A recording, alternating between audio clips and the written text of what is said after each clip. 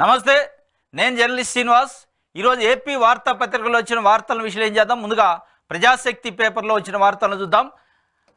ప్రజాశక్తి పేపర్లో భవనాల కూల్చివేత సరికాదు, భూ కేటాయింపులపై సమీక్షించాలి. సిపిఎం రాష్ట్ర కార్యదర్శి వి శ్రీనివాసరావు మాట్లాడిన మాటల్ని ఒక వార్తగా ప్రజాశక్తి ఇచ్చింది. భవనాల కూల్చివేత సరికాదు అని చెప్పి. ఈ భవనాల కూల్చివేత విషయం ఏపీ, ఆంధ్రప్రదేశ్ రాష్ట్ర వ్యాప్తంగా గత 3 రోజులుగా పెద్ద ఎత్తున చర్చ జరుగుతుంది. వైఎస్ఆర్సీపీకి సంబంధించిన పార్టీ రాష్ట్ర ప్రధాన కార్యాలయము, అదేవిధంగా జిల్లా కేంద్రాల్లో ఉన్న జిల్లా పార్టీ కార్యాలయాలను ఎక్కడికక్కడ బుల్డోజర్లు పెట్టి, ప్రొక్లైన్లు పెట్టి ఆంధ్రప్రదేశ్లో కొత్తగా ఏర్పడ్డ కూటమి ప్రభుత్వం ఆధ్వర్యంలో విధ్వంసం చేస్తున్నారు, ధ్వంసం చేస్తున్నారు, కూల్చివేస్తున్నారు. దీనిపైన అనేక ప్రజా సంఘాలు, ప్రజాస్వామ్యవాదులు పెద్ద ఎత్తున అసంతృప్తి వ్యక్తం చేస్తున్నారు. దాంట్లో భాగంగా వి శ్రీనివాసరావు, సిపిఎం పార్టీ రాష్ట్ర కార్యదర్శి, భవనాల కూల్చివేత సరికాదు, కక్ష సాధింపు చర్యల్లో భాగంగానే ఇది తప్ప, ఎందుకంటే మీకు రూల్స్ వయలేషన్ చేసి అక్రమంగా కబ్జాలు చేసి నిర్మాణాలు చేసి సక్రమమైన నిర్మాణాలు కాకపోతే, అక్రమమైన నిర్మాణాలు అయితే దానికి ప్రొసీజర్ ఉంది. ప్రొసీజర్ ప్రకారం నోటీసులు ఇవ్వాలి. నోటీసులు ఇచ్చిన తర్వాత దానికి ఫినాల్టీ వేయాలి, అవసరమైతే జరిమానా వేయాలి. అక్రమ నిర్మాణాల పేరుతో మొత్తం బుల్డేజర్లు పెట్టి, ప్రొక్లైన్లు పెట్టి కూల్చివేతలు అనేది చట్ట విరుద్ధం అని చెప్పి ఆయన చెప్తున్న పరిస్థితి వాస్తవం అది. ఎందుకంటే నిర్మాణాలు చేసిన తర్వాత మామూలుగా పేదవాళ్ళు గుడిసెలు వేసుకుంటారు, చిన్న చిన్న ఇల్లు కట్టుకుంటారు. వాళ్ళని రెగ్యులరైజేషన్ 58, 59 జీవో ప్రకారం రెగ్యులరైజేషన్ చేస్తుంది. సమ్ అమౌంట్ ఫైన్ వేసి జరిమానా వేసి. పొలిటికల్ పార్టీ ప్రజా అవసరాల కోసం, పార్టీ అవసరాల కోసం పార్టీ కార్యాలయాలు పట్టుకుంటే, అది తెలుగుదేశం పార్టీ కావచ్చు, బీజేపీ కావచ్చు, వైఎస్ఆర్సీపీ కావచ్చు, సిపిఎం పార్టీ కావచ్చు, ఇంకో పార్టీ కావచ్చు, జనసేన కావచ్చు. ప్రజా అవసరాల కోసం పొలిటికల్ అంటే ప్రజల కోసం పెట్టే పార్టీలు, ప్రజల కోసం సేవ చేయడానికి చేసే పార్టీలు, ఆ పార్టీ కార్యాలయాలను మీరు ధ్వంసం చేసే పరిస్థితికి వచ్చింది అంటే ఇది కరెక్ట్ కాదు, చట్ట విరుద్ధం, ఇది కక్ష సాధింపులో భాగమే అని చెప్పి ఆయన అడుగుతున్న పరిస్థితి. దానికి సంబంధించిన వార్తను చూద్దాం.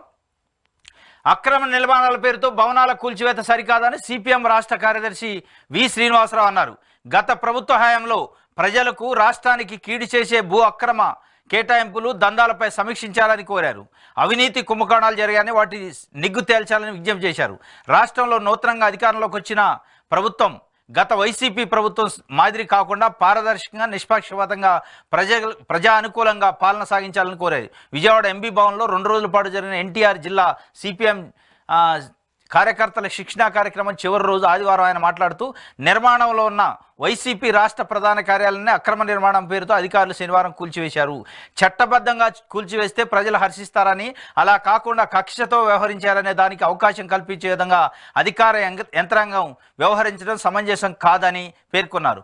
కోర్టు తీర్పు వచ్చే వరకు వేచి ఉండాల్సిందని, గతంలో ఇలాగ వైసీపీ ప్రభుత్వం వ్యవహరించిందని చెప్పిండు. చట్టబద్ధంగా వ్యవహరించి కూల్చివేస్తే ప్రజలు హర్షిస్తారు, వాస్తవం అది. చట్టబద్ధంగా వ్యవహరించి వాళ్ళు కూల్చివేయచ్చు, బుల్డోజర్లు పెట్టచ్చు, ప్రొక్లైన్ పెట్టచ్చు.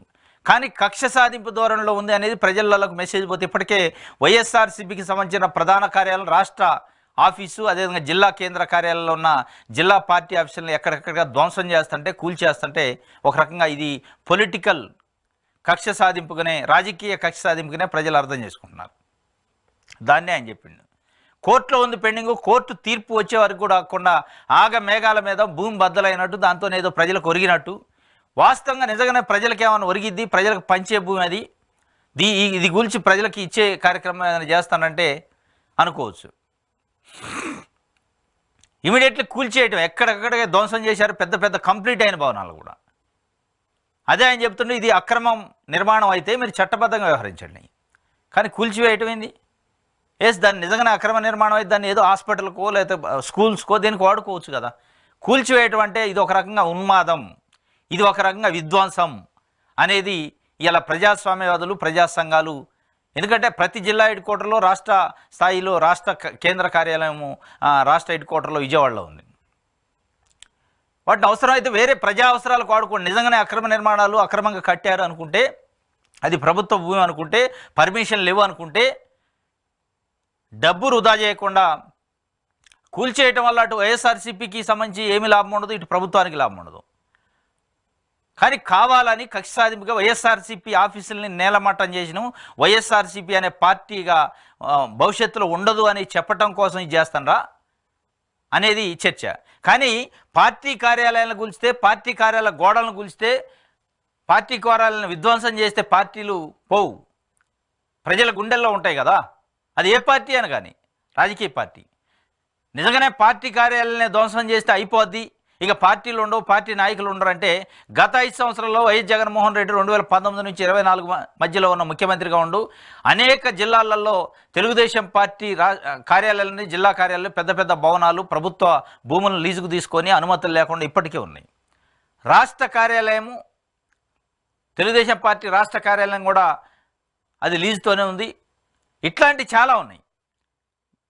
మరి జగన్మోహన్ రెడ్డి కూడా అట్లే అనుకోని ఉంటే, ధ్వంసం చేసి ఉంటే పార్టీ కార్యాలయాల్లో పార్టీలు పోతాయా? పార్టీ కార్యాలయాలు కూల్చితే, పార్టీ నాయకులను ఇబ్బంది పెడితే పార్టీలు పోవు. ప్రజలకు మీరు మంచి చేస్తే మిమ్మల్ని ఎన్నుకుంటారు, ఆటోమేటిక్గా అవతల పార్టీలు పోతాయి. కానీ ఇట్లాంటివి చేయటం వల్ల ప్రజలు కోరుకున్నది ఇది కాదు. ఆంధ్రప్రదేశ్లో ప్రజలు కోరుకున్నది అపోజిషన్ పార్టీకి సంబంధించిన పార్టీ నాయకులను ఇబ్బంది పెట్టాలి, పార్టీ నాయకులను జైల్లో పెట్టాలి, పార్టీ నాయకులకు సంబంధించిన పార్టీ ఆఫీసుల్ని ధ్వంసం చేయాలి, పార్టీ నాయకుల ఆస్తులను ధ్వంసం చేయాలని మిమ్మల్ని ఎన్నుకోలే. ప్రజలకు సేవ చేయాలి, ప్రజలకు అభివృద్ధి చేయాలి, ప్రజలకు సంక్షేమం చేయాలని ఎన్నుకున్నారు. మీరు అది మర్చిపోయి దాదాపు 10-15 రోజులు అయింది ప్రభుత్వం ఏర్పడి, మొత్తం ధ్వంసం, విధ్వంసం, దాడులు తప్ప కంప్లీట్గా ప్రజలు మర్చిపోయారు, ప్రజలకు ఇచ్చిన హామీలు మర్చిపోయారు. ప్రతిరోజు ఇదే వస్తుంది తప్ప న్యూస్ ఇగో ప్రజలకు ఫలానా చేయడానికి ముందుకు వచ్చింది ప్రభుత్వం, ఇది చర్చలు జరిపిందని ఎక్కడ రావట్లే. దురదృష్టకరం ఇది. కాబట్టి ఇది ఒక వార్త. ఇంకోటి, కౌలు రైతులు గుర్తింపు ఎలా? ల్యాండ్ టైటిలింగ్ యాక్ట్ రద్దుతో CCRCపై చర్చ. LECని తొలగించి కొత్త చట్టం తెచ్చిన వైసీపీ సర్కారు టెనెంట్లకు గుర్తించి పథకాలు ఇస్తామని కూటమి మేనిఫెస్టోలో హామీ. పాత పద్ధతి అయితే భరోసా మాదిరి ఆర్థిక సాయము వగైరా వగైరా. నష్టపోనన్న వాస్తవ సాగుదారులు. ఇది కౌలు రైతులను ఎట్లా గుర్తించాలి? ల్యాండ్ టైటిలింగ్ యాక్ట్ నుంచి రద్దు చేశారు చంద్రబాబు నాయుడు గారు. 2వ సంతకం దానిపైన పెట్టారు ప్రమాణ స్వీకారం తర్వాత. ఇప్పుడు కౌలు రైతులను ఎట్లా గుర్తించాలి? కూటమి మేనిఫెస్టో స్పష్టంగా చెప్పింది, రైతులతో పాటు కౌలు రైతులకు కూడా రైతు భరోసా కానీ, వాళ్ళకి రావాల్సిన లోన్స్ కానీ, వాళ్ళకి రావాల్సిన అన్ని సౌకర్యాలని పట్టాదారుతో సమానంగా కౌలు రైతులకు ఇస్తామన్నారు. ఎట్లా గుర్తిస్తారు కౌలు రైతులు అనేది ఇప్పుడు పెద్ద ప్రశ్నట. LEC అని ఉండేది, loan eligibility certificate. Loan eligibility certificate కూడా జగన్మోహన్ రెడ్డి ప్రభుత్వం ఎత్తేసింది. దానికి ఆల్టర్నేట్ చట్టం తెస్తుంది అన్నది తేలేదు. మరి తెలుగుదేశం పార్టీ ప్రభుత్వం, కూటమి ప్రభుత్వం అయినా అట్ట తెస్తుందా? కానీ వాళ్ళు ఈ CCRCనే తీసుకొచ్చే పరిస్థితి అయితే మళ్ళా వాస్తవ సాగుదారులకి ఇబ్బంది కలిగే పరిస్థితి ఉంటుంది, వాస్తవ సాగుదారులకి నష్టపోయే అవకాశం ఉంటుంది. మరి ఎట్లా చేస్తుంది అసలు? ఈ కౌలుదారులను ఎట్లా గుర్తిస్తారు? కౌలుదారులను గుర్తించి కౌలుదారులకి bank loans, రుణమాఫీలు, plus Rythu Bharosa, ఇట్లాంటివి అన్నీ కూడా ఫెసిలిటీస్, సౌకర్యాలు, వాళ్ళకి రావాల్సిన బెనిఫిట్స్ ఎట్లా ఇస్తారనేది పెద్ద ప్రశ్న. మరి ఎట్లా చేస్తుంది కూటమి ప్రభుత్వం అనేది? కానీ వాళ్ళ అడుగులు, కూటమి ప్రభుత్వం వేసే అడుగులు కౌలుదారులకు నష్టం చేసే విధంగానే ఉన్నాయి, అసలు సాగుదారులకి నష్టం చేసే విధంగానే ఆ చర్యలు ఉన్నట్టు ఇప్పటికైతే అర్థమైంది. ఇది ఒక ప్రజాశక్తికి సంబంధించి.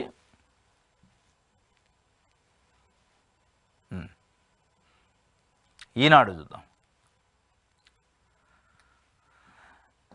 ఓకే, ఈనాడు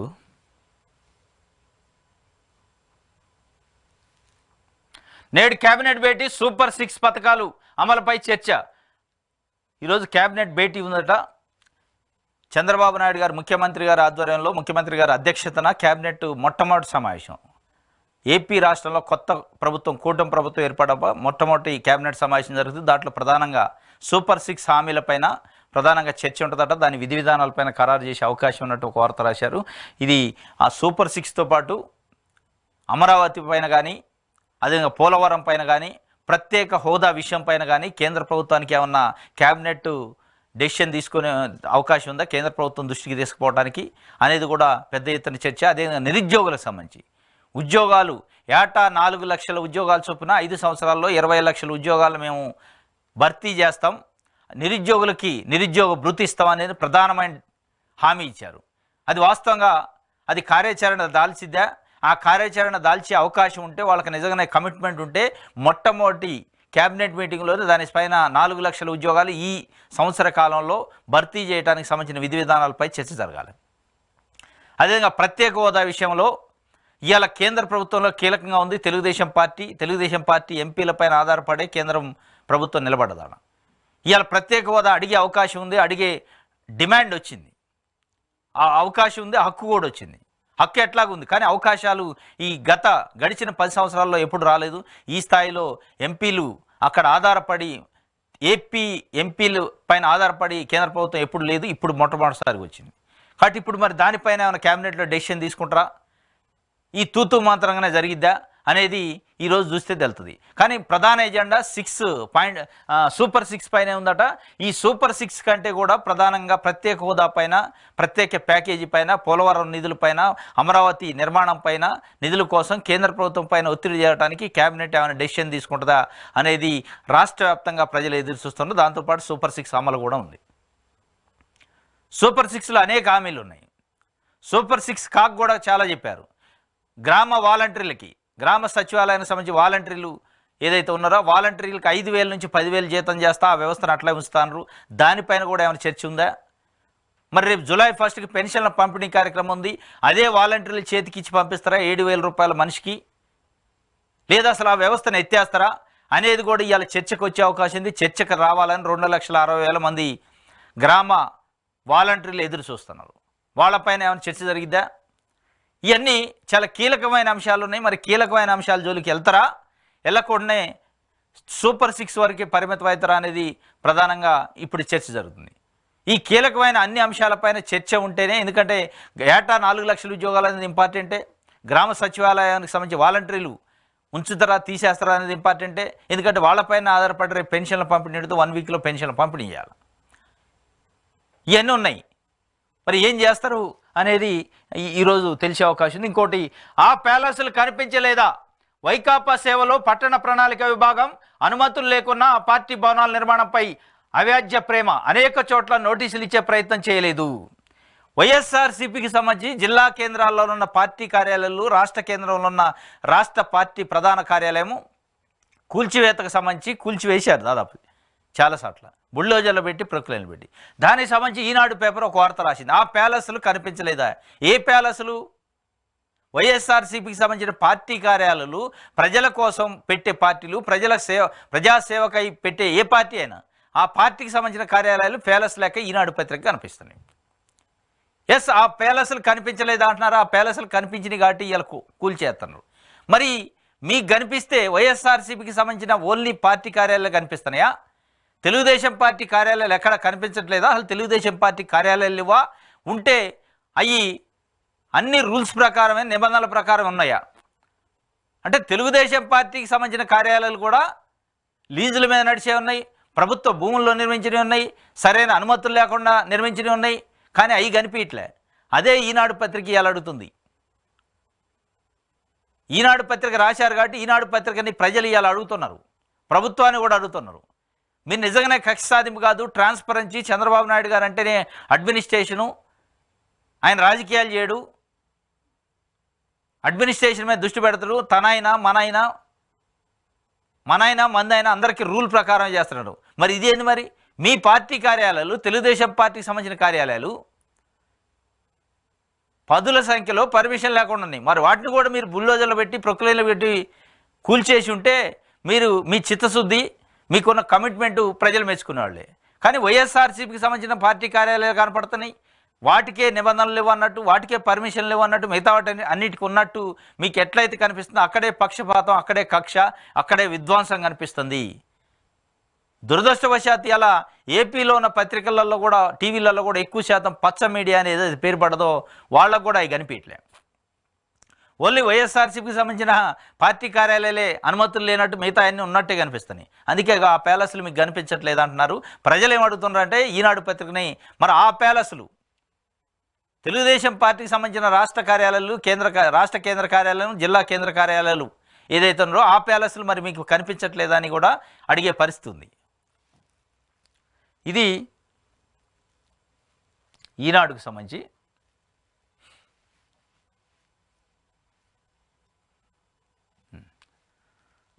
సాక్షి పేపర్ చూద్దాం. ఏపీ సాక్షి ఏడిచ్చారు. పచ్చ సౌదాలు, వాగు పోరంబోకును ఆక్రమించి మంగళగిరిలో ఎన్టీఆర్ భవన్, అనుమతి లేకుండా 8 అంతస్తులతో విలాస భవనం. ప్రస్తుత టీడీపీ ప్రధాన కార్యాలయం అదే.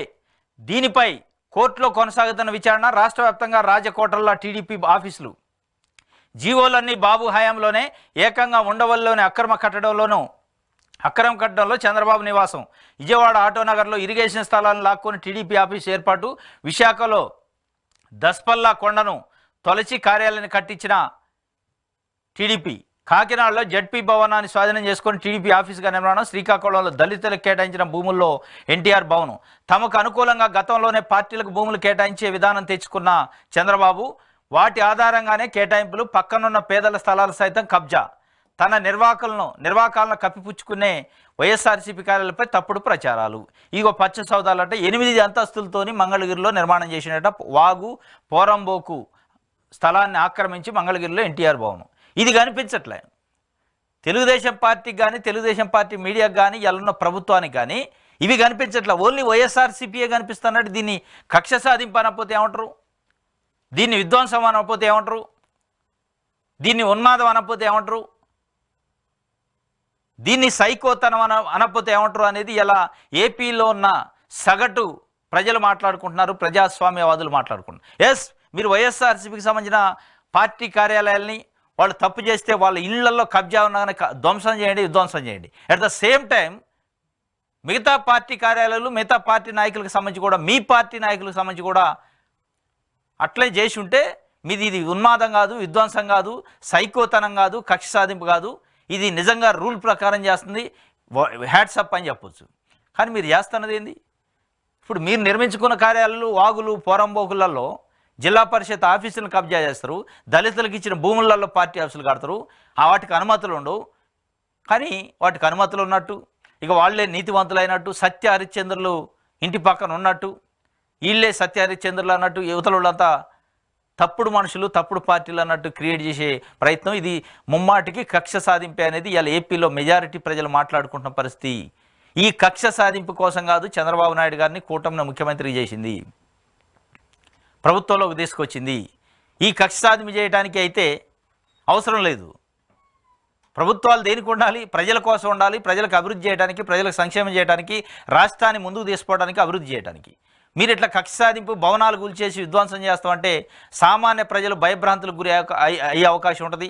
ఇది ఒక రౌడీ ఇజానికి నాంది పలికే. ప్రభుత్వమే డైరెక్ట్గా పక్షపాత ధోరణితోనే ఒక పార్టీకి అనుకూలంగా ఇంకో పార్టీకి వ్యతిరేకంగా ప్రభుత్వమే ఉన్నప్పుడు ప్రజలు ఎటుపోతారు? ప్రజల ఆలోచన విధానం కూడా అట్లే వస్తారు రేపు. కాబట్టి ఈ పచ్చ సౌదాలు మీకు కనిపించట్లేదా అని చెప్పి ఈ సాక్షి పత్రిక ఒక వార్త వేసింది. వాస్తవంగా ఇది పోరంబోకు వాగు భూమిలో ఉందట. మరి దీన్ని కూడా నిజంగానే మీరు ధ్వంసం చేసి బుల్డోజర్లు పెట్టి ప్రొక్లైన్లు పెట్టి కూల్చుంటే చంద్రబాబు నాయుడు గారికి హ్యాట్సాప్ చెప్పేవాళ్ళు ప్రజలు. చంద్రబాబు నాయుడు గారు నిబంధనలు పాటిస్తారు, అతిక్రమించడు, కక్ష సాధింపు ఉండదు ఆయనకి, ఆయన విధ్వంసం చేయడు అని చెప్పి అనుకుంటారు. మరి దీన్ని ఇప్పుడు ఏపీలో ఉన్న ప్రజలు మనం కూటమి ప్రభుత్వం వస్తే ఏదో అభివృద్ధి అయింది అనుకుంటే విధ్వంసం చేస్తాడు. బుల్డోజర్ల పరిపాలన వచ్చింది, ప్రొక్లైన్ల పరిపాలన వచ్చింది, ప్రొక్లైన్లు బుల్డోజర్లే దర్శనం ఇస్తాయి అని చర్చించుకునే పరిస్థితికి వచ్చింది. ఈ ప్రొక్లైన్లు బుల్డోజర్లు పెట్టే ప్రభుత్వాన్ని కాదు మేము కోరుకుంది అనేది ఇలా ఏపీలో ప్రజలు మాట్లాడుకుంటుంది. ప్రజలు అనుకునేది నిర్మాణాలు చేయాలనుకుంటారు కానీ నిర్మాణాలను కూల్చాలనుకోరు.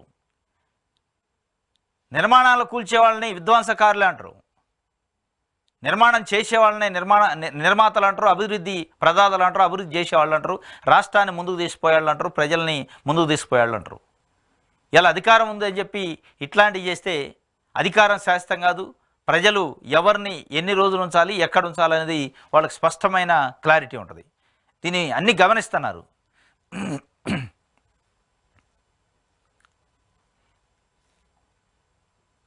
వాలంటీర్ల వ్యవస్థపై నేడు స్పష్టత. నేడు జరిగే తొలి మంత్రివర్గ భేటీలో ఈ వ్యవస్థపై చర్చకు అవకాశం. వ్యవస్థకు సంబంధించిన సమగ్ర వివరాలతో పీపీటీలు సిద్ధం చేసిన ఉన్నతాధికారులు. 2019 ఆగస్టు 15 జగన్ ప్రభుత్వం ద్వారా అమల్లోకి వచ్చిన వ్యవస్థ. వాలంటీర్ల వ్యవస్థ పైన ఈరోజు క్లారిటీ వచ్చే అవకాశం ఉందా? పీపీటీలు పవర్ పాయింట్ ప్రజెంటేషన్కి రెడీ చేస్తున్నారట. ఈ వ్యవస్థలో ఎంతమంది ఉండరు, దీని పని ఏంది, దీని విధులేంది, అసలు ఉంచాలా లేదా, తీసేయాలా, ఉంచితే ఎట్లా ఉంచాలి, ఎంతమందిని ఉంచాలి, వాళ్ళకి ఏమి వర్క్ అసైన్ చేయాలి అనేది చర్చ ఉండే అవకాశం ఉంటుంది. మరి మొత్తానికి ఎత్తేస్తారా? బుల్డోజర్లు పెట్టి పార్టీ కార్యాలయాల లెక్క వాలంటీర్లు కూడా బుల్డోజర్లు పెట్టి తీసేస్తారా?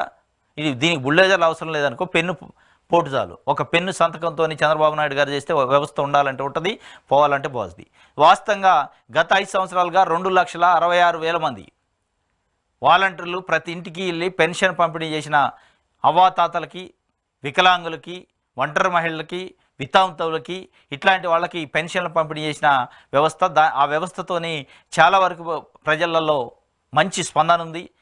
ఎక్కడ కూడా ₹1 కూడా అవినీతి లేకుండా ట్రాన్స్పరెంట్గా జరిగింది. మరి అట్లాంటి వ్యవస్థను ఉంచుతారా? జగన్మోహన్ రెడ్డి పెట్టిన వ్యవస్థ కాబట్టి దాన్ని ధ్వంసం చేయాలి, దాన్ని తీసేయాలని ఏమైనా అనుకుంటారా? కానీ ఎన్నికల హామీల్లో చంద్రబాబు నాయుడు గారు స్పష్టంగా చెప్పిండు, వాలంటరీ వ్యవస్థకు మేము వ్యతిరేకం కాదు, వాలంటరీ వ్యవస్థను ఉంచుతాం, వాళ్ళకి 5,000 కాదు గౌరవ వేతనం, 10,000 ఇచ్చి గౌరవించుకుంటాం, వాళ్ళకి ఇంకా ఇన్కమ్ పెరిగే సోర్స్ను కూడా చూపిస్తాను నేను అని చెప్పిండు. మరి అది నిజంగా మాట ప్రకారం చేస్తారా, చెప్పిన మాట ప్రకారం, లేదా తొలగించే కార్యక్రమం చేస్తారా అనేది మనకి ఈరోజు క్లారిటీ వచ్చే అవకాశం ఉంది. ఆంధ్రజ్యోతి చూద్దాం.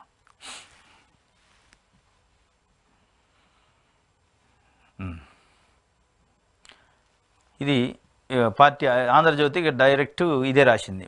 ఏదైతే గవర్నమెంట్ చేయాలనుకుంటుందో వీళ్ళే ఫిక్స్ చేస్తారు ముందే ఏం చేయాలి గవర్నమెంట్ అనేది. నలు చెరుగుల భారీ ప్యాలెస్లు కొల్లగొట్టి కట్టేశారు.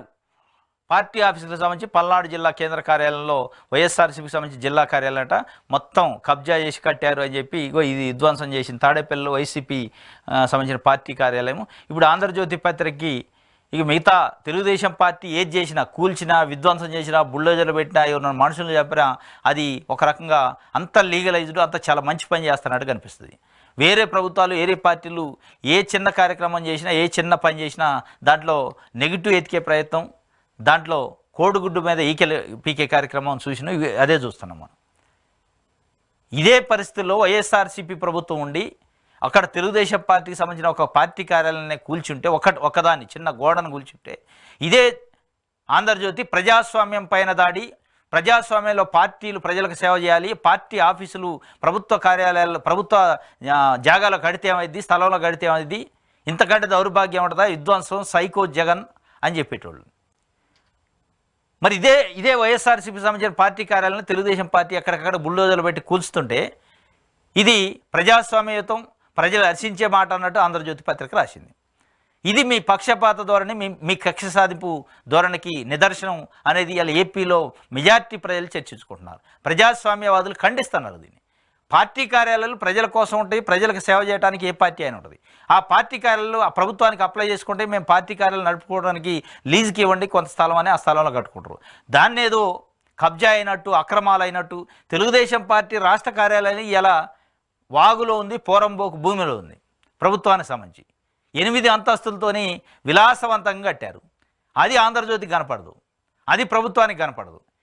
ఇదే ప్లేస్లో జగన్మోహన్ రెడ్డి ప్రభుత్వం ఉండి తెలుగుదేశం పార్టీ ఆఫీసులను బుల్డోజర్లతో కూల్చుంటే అక్రమంగా నిర్మాణం చేశారని చెప్పి అది అక్రమం ఎట్లయిద్ది, సక్రమమే, ఇది ప్రజాస్వామ్యం పైన దాడి, పార్టీల పైన దాడి, ప్రతిపక్ష పార్టీల పైన, ప్రతిపక్ష పార్టీ కార్యాలయాలపైన ఉన్మాది సైకో ఇట్లా చేస్తుండని జగన్మోహన్ రెడ్డి పైన ముద్ర వేసేవాళ్ళు. మరి దీన్ని ఏమనాలా? ఎక్కడికక్కడ ప్రొక్లైన్లు బుల్డోజర్లు పెట్టి తెలుగుదేశం పార్టీ ప్రభుత్వం, తెలుగుదేశం పార్టీ ఆధ్వర్యంలో ఉన్న కూటమి ప్రభుత్వం బుల్డోజర్లు పెట్టి, ప్రొక్లైన్లు పెట్టి ప్రతిపక్ష పార్టీకి సంబంధించిన ఆఫీసుల్ని, కోర్టు ఆర్డర్లను కూడా బేఖాతరు చేస్తే ఎక్కడికక్కడ ధ్వంసం చేస్తుంటే దీన్ని ఏమనాలి? విధ్వంసం అనరా? దీన్ని ఉన్మాదం అనరా?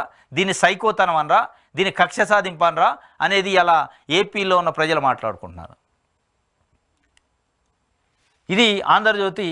దీంట్లో ప్రజలు ఇప్పుడు ఎక్కడైనా కూటమి ప్రభుత్వాన్ని ఎన్నుకున్నది ప్రజలకి ఏదైనా మంచి చేస్తారు, ప్రజలకు అభివృద్ధి చేస్తారు, ప్రజలకి సంక్షేమం చేస్తారని. ప్రభుత్వం అధికారంలోకి వచ్చి ప్రమాణ స్వీకారం చేసినప్పటి నుంచి ఆంధ్రజ్యోతి పత్రిక కానీ ఈనాడు పత్రిక బ్యానర్ ఐటమ్ చూస్తే వైఎస్ఆర్సీపీ భవనాలు కూల్చాలి, వైఎస్ఆర్సీపీ నాయకులు నేడు తప్పు చేసిన ఆయన శిక్షించాలి, లేదా వైఎస్ఆర్సీపీ జగన్మోహన్ రెడ్డి ప్రభుత్వానికి అనుకూలంగా ఉన్న ఐఏఎస్లు, ఐపీఎస్ ఆఫీసర్లను వీళ్ళని తొలగించాలి, వీళ్ళని రిమూవ్ చేయాలి, వీళ్ళని జీఏడీకి అటాచ్ చేయాలి, వాళ్ళు గతంలో ఇది చేశారు అది చెప్తున్నారు తప్ప ఎక్కడ ప్రజలు ఇబ్బంది పడుతున్నారు, ఈ ఇబ్బందిని తీర్చాలి కొత్త ప్రభుత్వం. ప్రజలకు మంచినీళ్ళు లేరు, ప్రజలకు విద్య లేదు, ప్రజలకు టీచర్స్ లేరు, విద్య పైనో, వైద్యం పైనో, ఇల్లు పైనో, తినే తిండి పైనో, చేసుకునే వ్యవసాయం పైనో సమస్యలు ఉంటే ఆ సమస్యలను రిప్రజెంట్ చేయాలి పత్రికలు, టీవీలు.